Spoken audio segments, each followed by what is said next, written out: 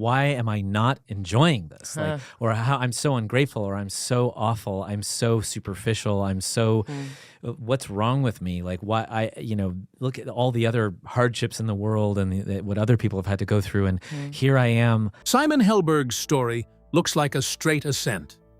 A New York University-trained actor lands a supporting role in a 2007 sitcom, stays with it for 12 seasons, and watches it become one of the most watched television comedies in the world, regularly pulling over 15 million viewers per episode at its peak on CBS. But that version misses the tension underneath it. Today, we'll look at the tragic life of Simon Helberg from The Big Bang Theory. Let's start by analyzing his character from the show first. Why Howard Wallowitz may be the most tragic character on The Big Bang Theory. For most of the world, Simon Helberg is remembered as Howard Wallowitz, the loudest flirt, the most outrageous joker, and the man who somehow turned a bowl-cut haircut and a collection of belt buckles into one of television's most recognizable sitcom characters. Across 279 episodes of The Big Bang Theory, which aired from September 24, 2007 to May 16, 2019, Howard was often treated as the comic relief. The audience laughed when he delivered another inappropriate pickup line. They laughed when his mother screamed from somewhere off-screen.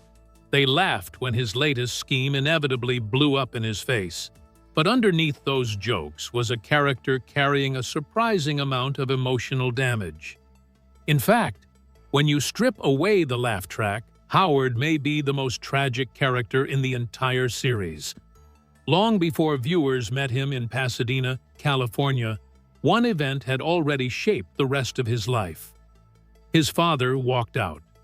The series never gives a complete account, but the impact is impossible to miss. Howard was still a child when his father disappeared, leaving him to be raised by his mother alone. Research has repeatedly linked parental abandonment to increased risks of anxiety, low self-esteem, trust issues, and fear of rejection. Howard displays nearly all of those traits throughout the series. The wound never really heals. In Season 6's emotional episode, The Closure Alternative, Howard receives a letter connected to his father. Instead of revealing its contents, the writers present several possible versions, leaving both Howard and the audience without a definitive answer. It was one of the rare moments when The Big Bang Theory deliberately withheld a punchline. The mystery remained unsolved because the pain itself was the point. Howard had spent decades wondering why his father left, and no answer could fully undo that damage. If his father's absence created one problem, his relationship with his mother created another. Debbie Wallowitz became one of the show's most famous recurring characters, despite almost never appearing on screen. Voiced by actress Carol Ann Suzy, Mrs. Wallowitz existed largely as a booming voice echoing through the house.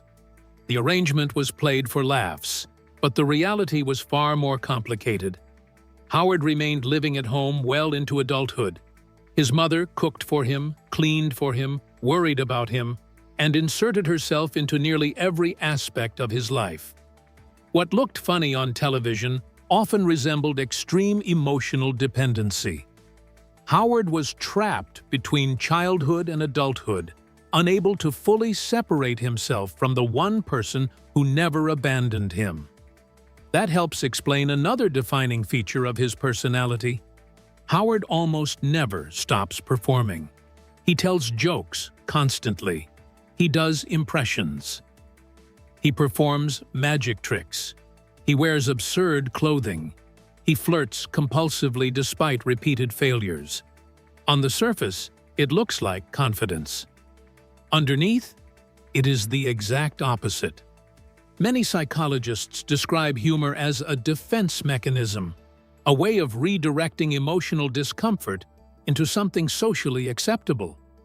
Howard rarely talks openly about loneliness, insecurity, or fear. Instead, he turns everything into a joke to mask vulnerability. Looking back, many of Howard's most mocked traits begin to look very different. The attention-seeking, the insecurity, the need for approval, the constant joking, the fear of rejection. They are not random character quirks. They are symptoms of unresolved wounds stretching back to childhood. That is what makes Howard Wallowitz such an unexpectedly tragic figure. And as it turns out, actor Simon Helberg was carrying real-life struggles of his own. Years of rejection before success finally arrived. Simon Helberg was born into a family whose history begins not in Hollywood, but in wartime Europe, where his paternal grandparents, Sam and Tonia Helberg, survived the Holocaust between 1939 and 1945 as part of the small fraction of European Jews who endured systematic persecution, displacement, and the destruction of entire family networks. After the war, they rebuilt their lives through migration to the United States during the broader post-1945 refugee wave. That inherited history shaped the next generation, including Simon's father, Sandy Helberg, an actor and writer. Born on December 9, 1980. In Los Angeles, Simon Helberg grew up inside the entertainment ecosystem itself. Yet that proximity did not translate into an easier entry point. If anything, it sharpened awareness of how unpredictable the industry actually was. Helberg's parents were not blind to that unpredictability. Having seen how unstable acting careers can be, with periods of unemployment, short-lived roles, and constant audition cycles, they discouraged him from treating performance as a guaranteed profession. Against that backdrop, Helberg entered the audition circuit in his late teens and early 20s. He trained at the Tisch School of the Arts at New York University, a program known for producing working actors rather than instant stars. After graduation, the reality of professional acting began in full force. Continuous auditions, short-term appearances, and long stretches without meaningful roles. According to interviews and industry accounts referenced in entertainment reporting, he attended what is often described as around 1,000 auditions before landing his defining role. Auditions in Los Angeles or New York often involve brief readings in front of casting directors who may see dozens of actors in a single day. Decisions are fast, feedback is minimal, and rejection is usually silent. For actors like Helberg, this creates a feedback loop where effort does not consistently produce visible progress. Over time, that lack of reinforcement can erode confidence, especially when rejection is repeated across different projects, genres, and production companies. Psychologically, this is one of the most studied pressures in performance careers. Repeated rejection activates what psychologists describe as self-evaluation strain, where individuals begin to question not just their suitability for a role, but their identity as performers. In practical terms, this means every unsuccessful audition carries a double weight: the loss of a job opportunity and a small but cumulative hit to self-perception. For Helberg, who would later become known for precise comedic timing and musical skill, these formative years were less about showcasing talent and more about surviving inconsistency. Despite the uncertainty, he continued working in smaller roles across television and film. Early appearances included minor parts in sketch comedy and guest roles, typical of actors building resumes in Los Angeles during the early 2000s. But none of these projects offered permanence. The turning point did not arrive gradually. It arrived suddenly, in the form of a casting decision that would reshape the next decade of his life. In 2007, The Big Bang Theory premiered on CBS on September 24th, filmed at Warner Brothers Studios in Burbank, California. Helberg was cast as Howard Wallowitz, a character initially designed as part of an ensemble rather than a lead. What followed was not just success, but escalation. The show expanded rapidly in popularity, eventually becoming one of the most watched sitcoms in the United States, regularly drawing over 15 million viewers per episode during peak seasons. What makes that outcome more striking is the contrast with what came before it. But success does not erase tragedies. Witnessing a brother's downward spiral. While Simon Helberg was building a career in Hollywood, his younger brother, Mason Helberg, was navigating a far more turbulent path. A musician and audio engineering student who attended the Musicians Institute in California, Mason's ambitions were rooted in the creative world as well, but his story would become increasingly defined by addiction rather than performance. He was engaged in a struggle with substance abuse that gradually spilled into legal and personal crises. One of the earliest publicly documented incidents came in 2014, when Mason was charged with possession of controlled substances. According to later reports, he failed to appear for a scheduled court hearing, leading authorities to issue a warrant. While the publicly available record does not provide a complete timeline of subsequent cases, the incident offered a glimpse into a pattern familiar to addiction specialists. Substance use problems evolving beyond private hardship and into interactions with the legal system.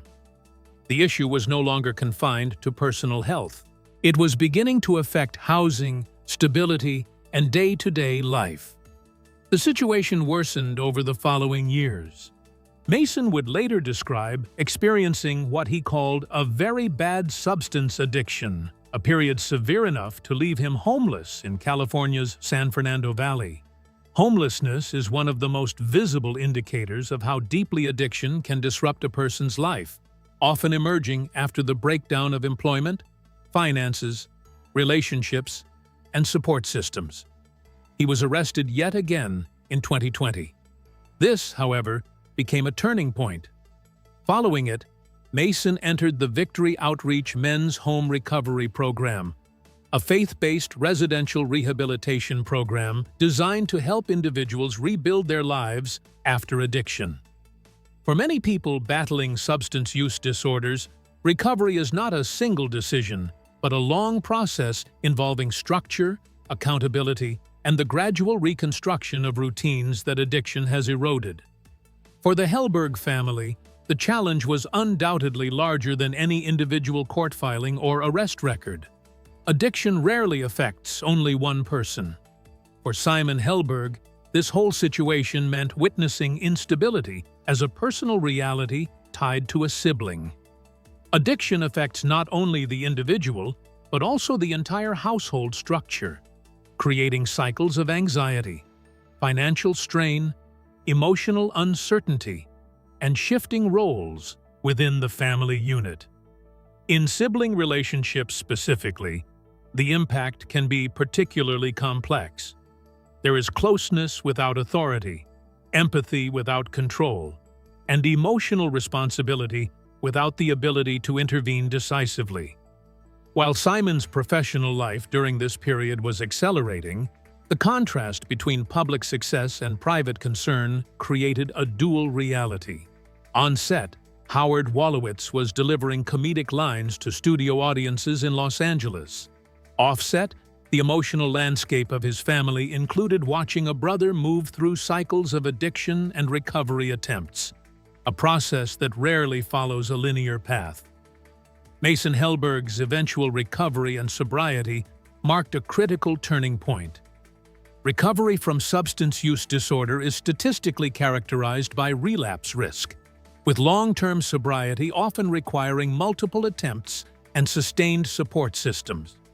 When individuals do achieve stability, it typically involves not only abstinence, but also rebuilding routines, relationships, and identity outside of addiction. Mason's return to sobriety placed him among those who managed to move beyond the most destabilizing phases of addiction, even after significant setbacks. For the Helberg family, This arc represents one of the most serious and sustained personal challenges in their broader history. Unlike Hollywood narratives that compress hardship into single dramatic moments, this was a prolonged period defined by uncertainty rather than spectacle.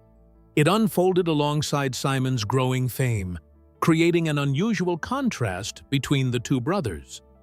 Such is the slow pressure of watching someone close move through instability, legal consequences, and eventual recovery attempts. For Simon Helberg, whose public identity is built on humor and precision timing, the most difficult moments were not on stage in front of an audience, but in the private awareness that the rhythm of a sibling's life had fallen out of sync and might not return easily. But his own issues were not minor either. OCD, self-doubt, and mental health battles. When the show became a global hit, eventually running for 12 seasons and 279 episodes until May 16, 2019, it placed Simon Helberg in one of the most stable positions in television comedy. Yet, according to his own public reflections, internal stability did not automatically follow. He has spoken in interviews about struggling with obsessive-compulsive tendencies and anxiety, experiences that continued even as his public visibility expanded.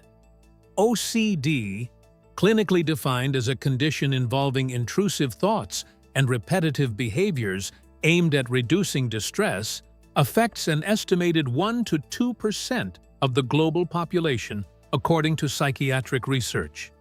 In Helberg's case, he described patterns of self-monitoring and internal pressure that persisted regardless of external achievement, suggesting that professional validation did not override underlying cognitive patterns. The most striking element of his account is not the presence of anxiety itself, but its persistence during peak success. While The Big Bang Theory was filming at Warner Brothers Studios in Burbank, California, Helberg was part of a production that routinely filmed in front of live studio audiences and consistently ranked among the most-watched scripted programs in the United States. In that environment, where laughter was measured in real time and performance was broadcast to millions, the expectation would be emotional reinforcement. Instead, Helberg has described periods of being overwhelmed. This gap between success and emotional state is a well-documented phenomenon in performance psychology. High-achieving individuals in creative industries often report what researchers call achievement anxiety, where success does not resolve self-doubt, but instead intensifies it by raising expectations. In practical terms, each successful performance can increase the perceived stakes of the next one. For someone in a long-running role like Howard Wallowitz, whose comedic timing and consistency were central to the show's structure, that pressure becomes cumulative over time. Helberg has also been associated with strong perfectionist tendencies, an attribute frequently linked to OCD spectrum behaviors and anxiety disorders. Perfectionism in performance fields often manifests not as external demand, but internal enforcement. Repeated mental review of scenes, heightened sensitivity to perceived mistakes, and difficulty disengaging from work after production ends. On a sitcom set that required rapid filming schedules, ensemble coordination, and live audience pacing, that internal pressure could persist beyond the stage lights. During the run of the series, Helberg sought therapeutic support and, according to his own remarks, medication as part of managing these experiences. Therapy for OCD and anxiety often includes cognitive behavioral approaches designed to interrupt repetitive thought loops and reduce compulsive self-monitoring. What makes his experience particularly notable is the contrast with external perception. From 2007 to 2019, Helberg was part of a show that defined mainstream network comedy in the United States, airing on CBS in primetime slots and becoming one of the most syndication-heavy sitcoms of its era. Financial success, industry recognition, and cultural visibility all accumulated simultaneously. Yet none of these metrics directly address the internal cognitive patterns he described. This creates a structural tension that defines much of Helberg's adult life, a public identity built on comedic precision and confidence, and a private experience shaped by doubt and mental repetition. Fame expanded his audience, but did not necessarily reduce the internal noise that had been present long before the first episode aired. If anything, sustained visibility can intensify self-evaluation, because performance is no longer occasional but continuous. But it didn't stop here. Fame, typecasting, and life after the Big Bang Theory. When the Big Bang Theory ended on May 16, 2019, after 12 seasons and 279 episodes on CBS, the image of Howard Wallowitz crystallized. Helberg has spoken in interviews about being seen primarily through the lens of Howard, the eccentric engineer, the high-pitched comedic energy, the flamboyant outfits, the exaggerated personality traits built for ensemble comedy. In industry terms, this is typecasting, the process by which a performer becomes so strongly associated with a specific character type that casting directors struggle to reimagine them in different roles. Typecasting becomes more pronounced after long-running network television roles because of exposure frequency. A character appearing across 279 episodes over more than a decade becomes part of the viewer's baseline memory. In Helberg's case, Howard was not a one-season breakout, but a constant presence in primetime programming from September 24, 2007 to May 2019. That kind of longevity creates familiarity, and familiarity often hardens into limitation when actors try to transition into dramatically different roles. After the series ended, Helberg had to recalibrate his identity. Actors coming off iconic sitcoms often encounter what casting professionals describe as recognition inertia, wherein the industry continues to associate them with the last dominant role rather than their broader range. This is particularly pronounced in comedy ensembles, where character traits are highly stylized. Howard's personality, his wardrobe, his speech patterns, his social awkwardness, and his comedic timing were deliberately exaggerated for effect, but those same traits became the shorthand through which audiences interpreted the actor himself. Then there was the ending of The Big Bang Theory. In 2018, reports surrounding Jim Parsons' decision not to continue after season 12 shaped early speculation that the series could not proceed without Sheldon Cooper. The cast announcement on August 22, 2018, confirmed the show's conclusion, and while the official framing emphasized creative closure, media discourse often reduced the ending to a single actor's departure.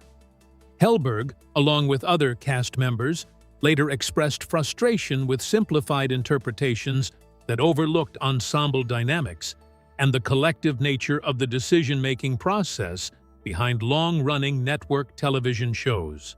Yet Helberg's story resists being reduced to limitation alone. Howard Wallowitz may have been defined by comedic exaggeration, but Simon Helberg's real life contains a different kind of continuity, one shaped by inherited family history, including Holocaust survivor grandparents, by a brother's documented struggles with addiction and periods of instability, by years of professional rejection before the Big Bang Theory, and by publicly discussed experiences with anxiety and obsessive-compulsive tendencies during the height of his fame. Each element sits beside the others rather than replacing them. Fame did not erase earlier uncertainty, and success did not automatically resolve internal struggle. He turned tragedy into strength, and that's a win. Well, that's it for now. Thanks for watching. Did you like this video? If you did, please consider liking, dropping a comment, and hitting the subscribe button so that you don't miss out on our new uploads. Also, don't miss this video you see on your screen right now. It's truly unbelievable.